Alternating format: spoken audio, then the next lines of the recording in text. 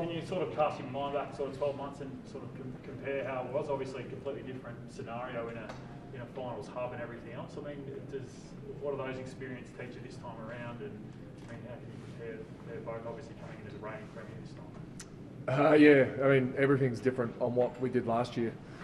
The whole scenario of Melbourne v Perth is different, but also how we're playing our football, how the other teams in the competition are playing their football. It's all very, very different, and we also have that experience now where last year, people always ask me, will it help you with the experience? But last year we had no experience, and it seemed to help us in terms of that, just playing out every game. But yeah, it's exciting. We've got ourselves in a good position again to be able to play some good finals footy. We've got a pretty tough challenge straight off the bat. Sydney, who got us at the G in round 12, and the year before I think it was down to the last kick as well. So we've had some good little battles at the G. So that's really what we're focusing on now. Does it feel different? I mean, is it fresh still for you guys? Obviously, you played finals before. You won the flag last year, but sort of being back, I mean, does it feel a bit different? It definitely is different. The one thing that I said to myself probably a week after the grand final last year is I really want to have a finals campaign in front of my friends and family, because at some point in your career, and it happened to me about 3 or 4 years ago, you realise why you play, and why I play is the joy I bring to my family and friends. And to be able to go through the best childhood dream I've ever gone through over in Perth and not have my friends and family there was something that I really wished I was able to do. So that doesn't necessarily mean I have to go the whole way with my friends and family, but just to have them in and around this Sydney game, it's going to be exciting. I've now got an 11-month-old son. I don't know why I said 11, I lied, he's 10 months, but and he might be able to get to the game, probably past his bedtime, but all that sort of stuff really excites me about this campaign. Is that what drives the hunger? I mean, there's always a question with the team that wins the flag before, what motivates to keep going again? That's obviously that must be a massive factor that other teams never had, really. Yeah, correct. It certainly drives it, but you got to be careful. Let's say last year's in Melbourne, so we don't have that hunger because we've done it. So there's a little bit of that. Like, I'd love my friends and family to be involved in what I was involved in last year. Just the whole ride. Like I said, doesn't have to be right down to that pointy day, but there's also, you're involved in team sport and AFL because you want to win, and that has never wavered. That's always been there, and we've been challenged this year like we were last year at different points, but the hunger to be there at this time of the year is definitely strong. Max Simon spoke a few times in probably the 6 weeks leading up to the final about being more ruthless and recapturing that. Did you found yourself refining that against Brisbane, and do you think that ruthless streak is a key to going all the way again? Yeah, I mean, when we were sitting, I think it was 9-0, it might have been 10-0 at the start of the year, and people were talking about that perfect season that might have been out there. Like, you just know these challenges are going to come and adversity is going to come, and Collingwood Queen's birthday, Sydney at the G, these sort of games come, and it's about how we face that, and we needed to find that ruthlessness. And I think the Freo game was personally the game that was the turning point. We went over in hostile territory against a side that touched us up at the G not long before that game, about 7 weeks before, and we won by 50, 60 points, played some really good forward half footy. That was post the Western Bulldogs loss, which we really didn't like. And then the Carlton game, Collingwood game looked good the way we wanted to play.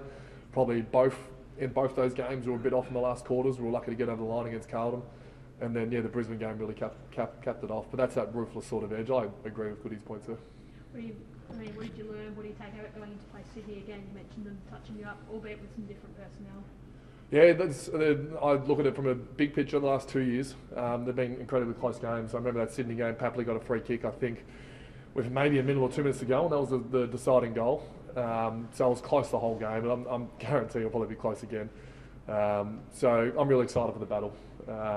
We've had a couple of teams where we've played them once and lost and got them the second time, so hopefully in this case this is another one. Maxie, do you think that Dane Zorko comments can be a line in the sand for the whole league?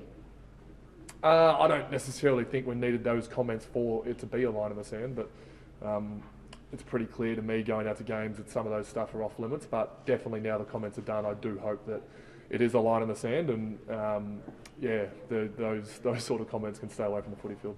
How common is something like that? First time I've heard anything that deep. I'm not here to talk about it and go on about it and bring it up. I actually think it's been well handled post, but it's certainly rare. Just last one on it, how is Harrison? Obviously he's back training and back with the group.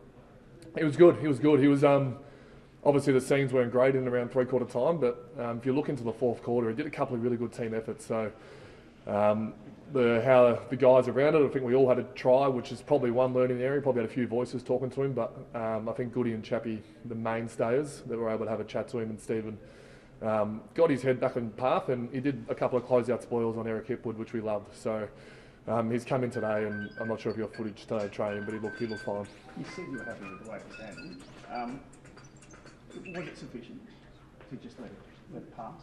I mean, that's not my space. There's an apology. It read well, the apology, and Harrison's taken the apology and has come in happy today. That's all that matters, that Harrison's come in with a big smile on his face. You said there were learnings with heaps of voices getting around him. Were you proud, though, of the fact that everyone seemed to respond, or does it say something about your group and the way that you responded to it? Yeah, we all want to help. I mean, that can be an issue. A lot of voices can be quite tough to listen to, but Harry's one of us. We love what he does for the football club. The back seven is like in any team. The back seven are a lot closer than pretty much every other part of the team. So you could see Stephen May really taking him under his wing. But yeah, I'm really proud of how the club handled themselves in and around the third and fourth quarter. Maxie, you've faced Brodie Grundy so many times. What was it like sitting down, having a coffee, talking about the potential of teaming up with him next year? Yeah, when I casually saw Brodie just walking down the street, that was good. Just bumped into him, but Can it work? I mean, I respect the question, Jay-Z, but at the moment I'm worried about rucking with Dogger. Sorry, Luke Jackson, and Luke Jackson's still got a Melbourne jumper on, so I'm not going to entertain those conversations because yeah, I feel like I've got a chance to go somewhere pretty special with Luke this year. Have you sat down with Luke and asked him to stay, or what do you do in that situation as a captain, young ruck? You work so well together. Do you try and convince him? What do you do? I think in this day and age of what's going on, the amount of movement, I had a look at our recruiters board today, and there's 70 names up of potential trades. So I don't know if they're all going to work. I think we say that every September there's going to be 70 people traded, and then ends up being 5. But there's just looks like there could be a lot of movement, and that's what we got to live with. We had one of our leaders in Angus Brayshaw go through it this year, and yeah, there's different sort of circumstances. I've talked to Luke, but Luke plays his best footy when he just thinks about the game. And right now, I mean, selfishly, I want Luke to be playing his best footy because it's going to get us towards the pointy end. Does it sharpen, I guess, his and your focus as a group together where, I mean, regardless of what's happening, you know, it could potentially be the last time you do get a potential chance at a flag with him in your team? I mean, does that sort of sharpen the focus for it? I mean, it's already pretty sharp as it is, I know. Yeah, I mean, once again, I don't know what he's thinking, but I'm sure it would sharpen up. I mean, no premiership team's ever the same, I'm pretty sure. I mean, we were pretty close to fielding the same team in round 1 this year, but the likes of Nathan Jones and Aaron Vandenberg and Neville Jetta, who were with us, who didn't play, but they're no longer at this team. So the team will change next season, no matter what. So I think all guys know. And we are first in the VFL. So we've got a squad of 45 that have a chance to do something pretty special. And I guarantee you we're not going to be that same 45 come November when we return from training. So everyone wants to do something special. Just on Luke though, I mean, does it get to a point where, and this is sort of a hypothetical, but could someone come out and say, look, you know, I'm going to be moving on, but I want to achieve everything I can with this group while I'm here? I mean, is that a realistic thing, or is that just not in the realms of possibility? He'll be the first to do it, which I'm not sure if he wants to be the first to do it. But look, I'm open to down the track, maybe even this year at some point if someone said that.